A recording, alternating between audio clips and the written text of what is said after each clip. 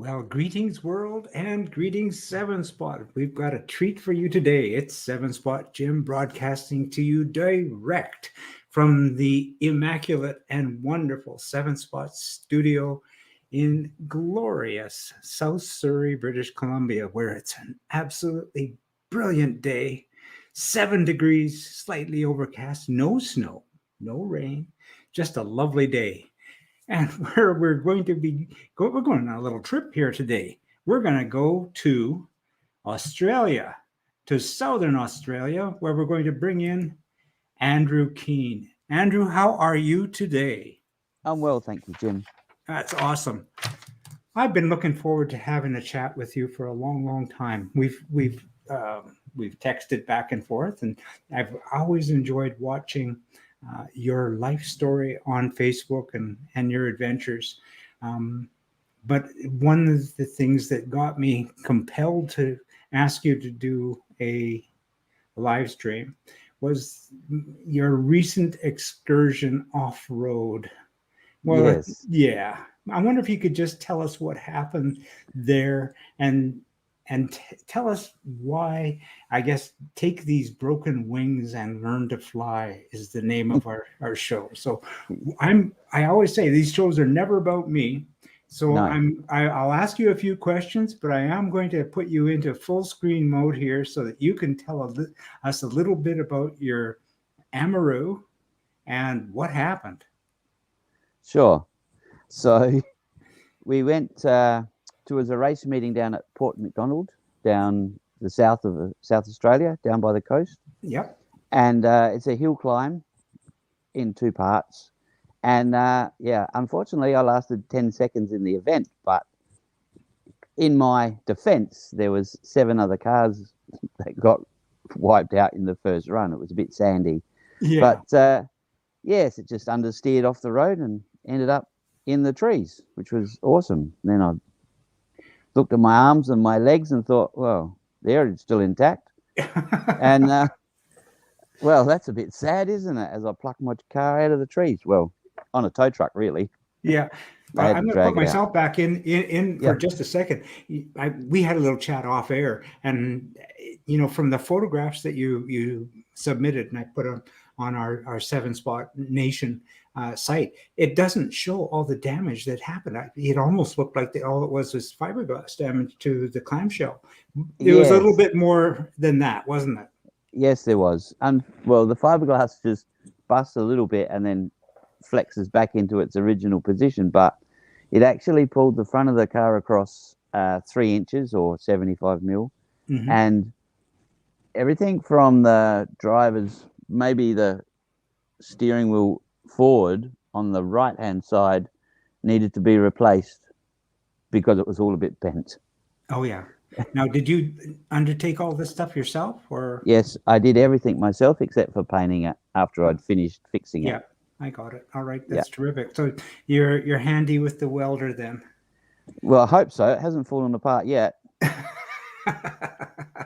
So you had the space frame was bent, Yes, as it was. Yeah. yeah, and your upper and lower control arms were smashed as well, were they? Yeah. And this, the rack, Okay, I yeah, the thought, rack. I, Yeah, yeah, I yeah. thought it looked okay, and I straightened one of the ends out of it. But then when I went to put it back together, I realized that the shaft inside the steering rack was actually considerably bent, that it wouldn't turn. Yeah. So Oh, yeah. oh, well, why don't we try this? I mean, we were experimenting a little earlier with using the camera. So why don't Yeah. you turn it over to the rear screen Yeah. and tell us a bit about your wonderful seven? Yeah. Back camera. There we go. There we go. And so that's So a complete new respray then. yes, it is. Yeah. It's Yeah. almost like a new car. Yeah. So yeah, this is my Amaru 7. So Amaru was built in the chassis and everything was built in Sydney Uh-huh. by a man named Tilke. Hmm. So there's a few of these cars around. We're not quite sure how many there are, but we probably know about maybe 20. Hmm. So I've got a friend in Tasmania, and I got a friend here in Adelaide that has 2, and another friend has 3. Wow. So yeah, this is my little Amaroo. When I bought it from Sydney, it was stock as a rock, had steel wheels and a Gemini engine on gas. I Okay. had 35 kilowatts on my cousin's dyno, and they said, I think you should take that away and get some more power. So a big progression, and I've put a turbocharged 4AG which is the Toyota engine Yep. and now it's just a lovely little car. It's nice and reliable generally. Mm-hmm. And And it is street legal. It's not just a track day car. no, it's street legal. Yes, I drive it on the road. Mm-hmm. It's a beauty. Yeah. So, this is basically my little car, and I've had to do some modifications on the back of it, on the rear, on the diff, because when they come out with an A-frame suspension set up like Yes. on the Anglia. Mm-hmm. Well, unfortunately, that wasn't up to the rigors of using it on the track. Generally hill climbing is what I do at Colin Grove. Yeah. So I've had to put a 4-bar in it with a Panhard, Panhard link, and now it seems, well, it totally changed the car actually. Yeah. Its drivability, its stability. So the way the Amaroos come, or at least the way yours came, it did come with that differential and the A-frame. Type, A-frame. Yeah. So literally anybody, if one went looking at other Amaroos, that's kind of the situation they'd have. Then most of them have that. Yes. Mm-hmm. Yeah, but as soon as you start trying to put some extra horsepower into it, then they start to bend and twist. Yeah. Well, and it also cracks the diff housing. So what I actually did was I bent my diff housing so that it had 20 mil toe in on the rear. Yeah. And well, that's the reason why I wanted to kind of chat about that, is because if you were to loosen up your bonnet and show us your engine, I think that yours has got a bit of it's not regularly aspirated, is it? No, it's not. No. I'll just you want to put the phone down for a moment? Yeah, sure.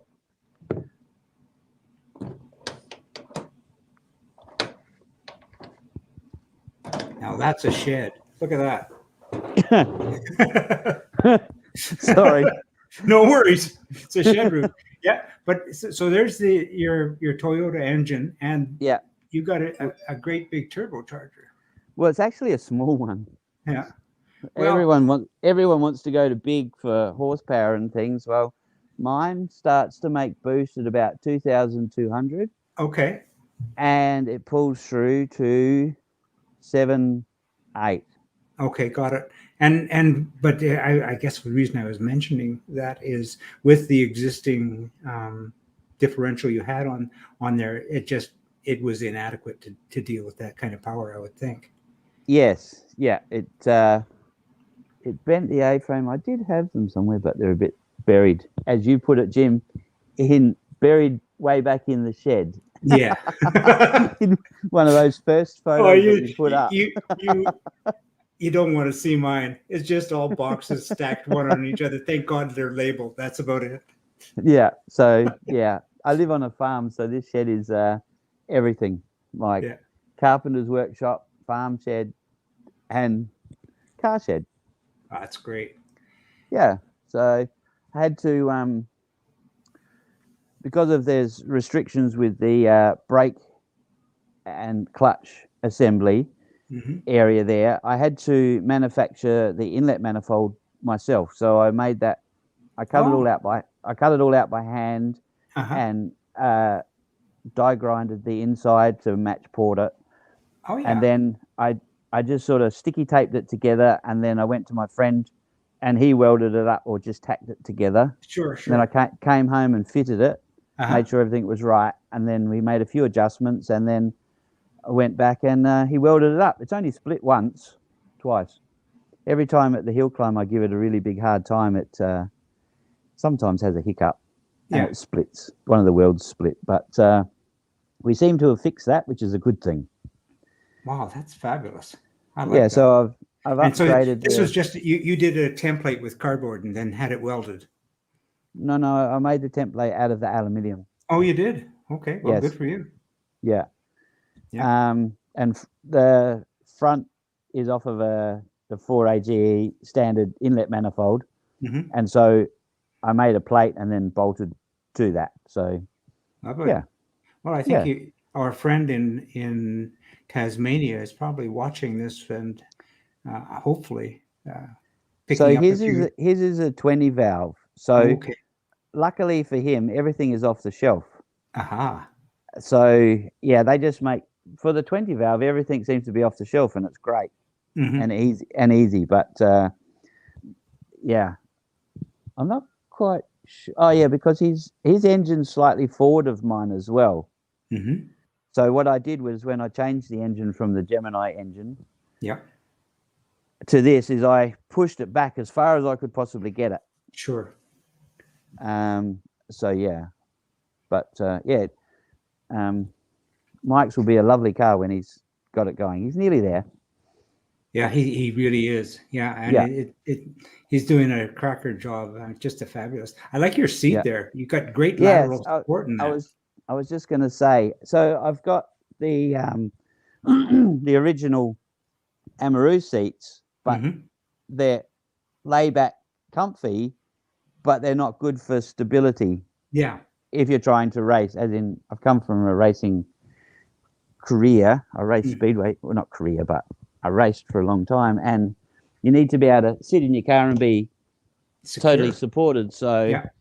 yeah, so the original ones are a layback, lovely green seat to Mm-hmm. match everything else, but the Kirky seat is just fantastic for holding you safe, and you just have to worry about your arms and your legs. The rest of you is secure. Wow. Yeah, so it's good. It's lovely.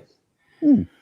Well, tell me about, I guess, in South Australia, you were mentioning off air that we have a few Facebook friends that are kind of similar. But what do Yes. you do in terms like I belong to a local Lotus car club, and it's great. But do you belong to a club or what kind Yep. of associations do you have down there?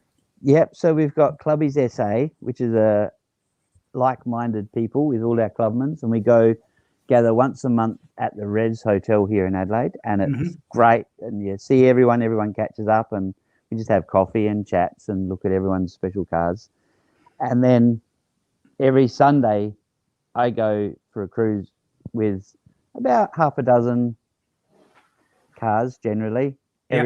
every Sunday morning, and we go and get coffee and things like that.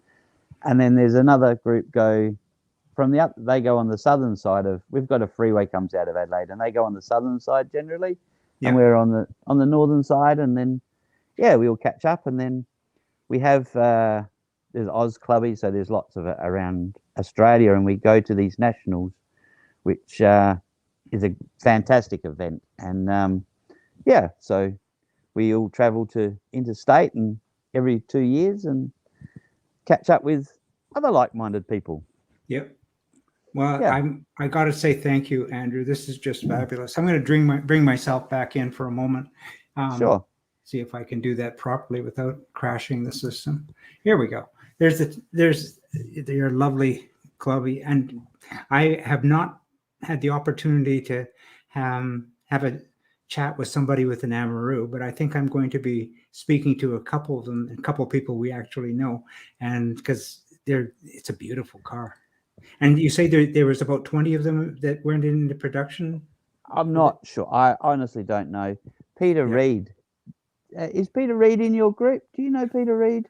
I don't know, but I'm making notes of everybody that you're mentioning. Yeah, Peter Reid is another lovely senior gentleman. Mhm. He won't like that, but anyway. But Well, I'm a senior gentleman too, so there you go. he has 3 Amaroos, Hmm. and it has a Birkin as well, a very flash one. Hmm. But yeah, he's got 3, I think, Amaroos, and one's a race car, and one is his road car, which is lovely, and he's got one he's just totally restored, which is awesome. Wow. I love So, I love yours, and I have to ask you a question. When you went off road and you brought the vehicle home, how long did it take you it to get actually it back? it took about 6 months, Uh-huh. and I pretty much worked on it a lot. Uh-huh. But because what I did in that time was, I also, because I had to get it resprayed, I Hmm. fixed up a few of the patina, all the marks all over it, because Yeah. it used to have exhaust on the right hand side, and there was Oh yeah, holes in yeah. the fiberglass. Hmm. And I also made my back guards wider Yes. to cover wider race tires, Oh, okay. Yeah. which are Yeah. buried up on the shelf there. Yeah. So They are wider, aren't they? Yeah, they look great. yeah, yeah. So, but yeah. So yeah, it took a while. Hmm. It took quite a while. We've been there. We've all been in there. Oh gosh, Andrew, I'm not. You've given us now uh, 16 minutes of your time, and I really That's appreciate fine. it. Yep.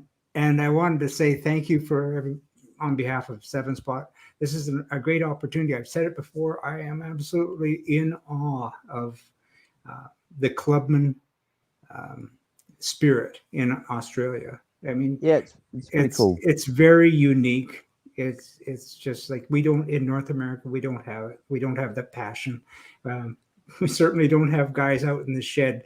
Not as many bashing away in the middle of the night building themselves sevens. So Yeah. I congratulate you on your restoration, and I'm so Thanks. happy that it's back on the road again. So Yeah, me too. all right. What I'm going to No worries. say then now is why don't you flip the camera around with that little button on the side so we can see your smiling face one more time. Yeah. There we go. There we go. Andrew, thank you very much. No worries. Thank you very much, Jim. All right. It's been cool. It has been cool. It was a short and a sweet one, but I wanted to say thank you. And as I always say, we will see you at Seven Spot. Thank you very much, Jim. Have a good All day. right. Cheers for now. Bye Bye now. bye.